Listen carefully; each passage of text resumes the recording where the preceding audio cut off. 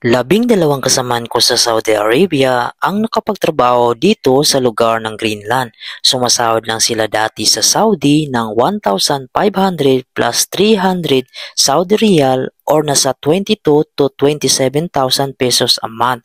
Pero ngayon ay sumasahod na sila ng malaki. Ngayong araw mga kabayan ay ikwento ko sa inyo kung paano ako nakarating dito sa Greenland at nasama pa ang kasamahan ko sa Saudi Arabia. Bali 12 na pala kami lahat dito, kalat-kalat lang sa iba't ibang bahagi ng Greenland.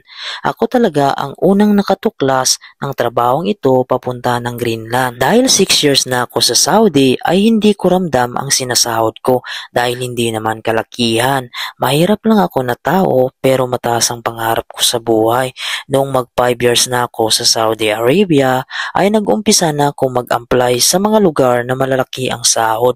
Kahit pangit na lugar ay hindi ko iniisip basta sa akin malaki ang sasahurin para makaipon at makauwi ng maaga sa Pilipinas.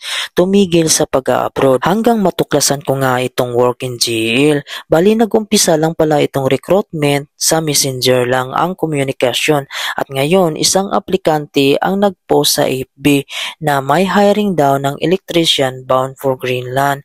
Hindi ko pa kilala ang Greenland dati kung saang lugar iyan kaya napasearch ako sa Google. Pagkakita ko nga sa mapa ay halos puti ang makikita. Paano nga ba naman 80% ay yelo at malamig buong taon? Napaisip pa ako kung may mga Pinoy ba dito na nagtatrabaho. Nag-apply na ako at yun nga ang kasamahan ko ay pina-apply ko na din. Yung iba nag-apply pero marami sa kanila ang ayaw dahil scam daw. Dahil nga ang communication ay Facebook lang. Kaming naniwala ay nagpatuloy lang hanggat na-hired kaming dalawa ng kasama ko ang nauna na si Lick. Dahil electrician ang unang hiring at kulang pa ng tao habang umuusad ang aming papel sa proseso ng mga visa at working permit, marami kaming naririnig ng mga negative comments sa mga kasamahan pa namin sa company sa Saudi Arabia. Kasi naman halos lahat ng mga kasama ko na nagtatrabaho ay puro Pilipino. Bali 100 kaming Pinoy kaya hindi maiwasan ang mga salita kung ano-ano hanggang makarating sa amo namin. Mahirap ang sitwasyon namin noon dahil di kami sigurado kung makakaalis ba kami sa Saudi direct papuntang Greenland. Dahil nag-resign na kami sa company namin, anytime pumalya ay uuwi kami ng Pilipinas nang walang ipon. Sabi pa ng iba kong kasama, mahirap daw sa Greenland dahil malamig, maraming napuputol na kamay dahil nga sa frostbite. Baka hindi daw kami payagan ng boss namin kaya medyo stress talaga kami tuwing gabi ng kasama ko. Naging positive na lang kami at nanalig sa Diyos. Ayun na nga, naging okay ang lahat at nakarating kami sa Greenland na smooth ang process. Nang makarating na kami ng Greenland, halos pumutok na nga ang balita sa company namin sa Saudi Arabia hanggang halos ng kasamahan namin ay nag-applyan na dahil nakita na nila ang resulta na nakarating nga kami ng Greenland at nakapagtrabaho. Yung mga kaibigan ko naman sa una pa lang ay naniwala na sila sa akin na unang mag-apply sila kaysa sa iba na hindi naniwala.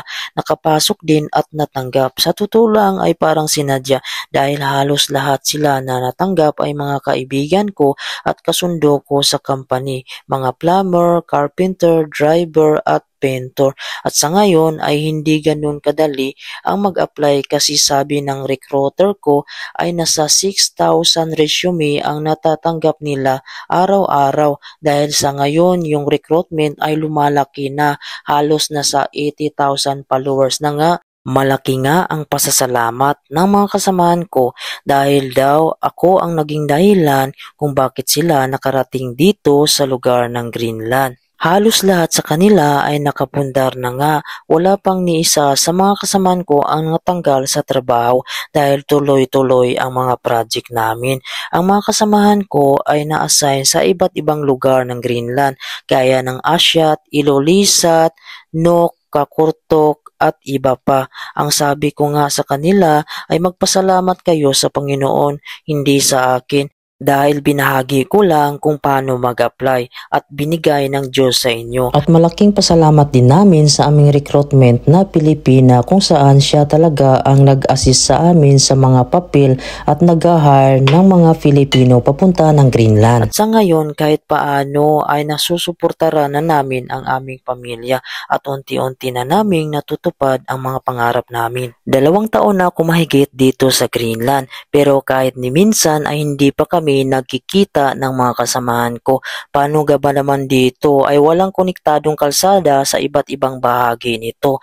Ang tanging paraan lang ay sumakay ka ng eroplano, helicopter o barko dahil nga ang lugar nila ay napaka-imposibleng gawa ng kalsada dahil mabato ito at puno ng yelo ang paligid. Ito lang po mga kabayan, lilinawin ko. Hindi po ako ang dahilan kung bakit nakapasok dito sa lugar ng Greenland ang mga kasamahan ko. Nung mga panahon kasi ay kukunti lang talaga ang nag-a-apply kung saan sa Messenger lang kami nagmi-message at doon ko sila pinasok sa Messenger kung saan may hiring noon ng mga skill at doon akma yung mga skill at experience nila at madali silang na-hire. Hindi kagaya ngayon na lumaki na yung Facebook page ng recruiter na umaabot na sa 80,000 followers kung saan doon na pumipili yung recruitment kung sino ang maswerteng mapili ayun mga kabayan ang kukuhanin depende sa experience at trabaho nito.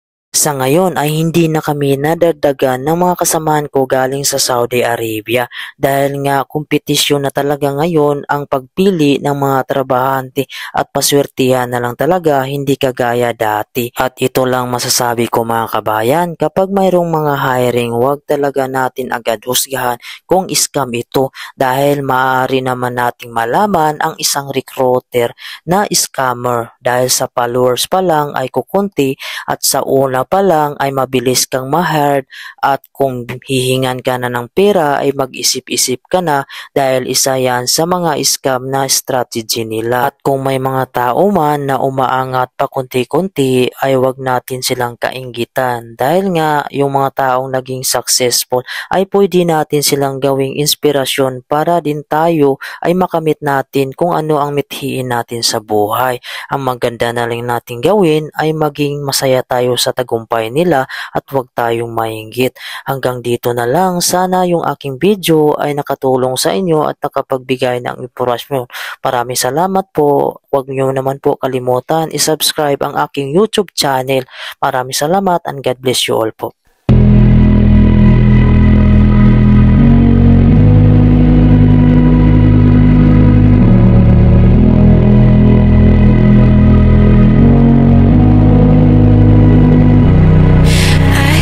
Sleep, yeah.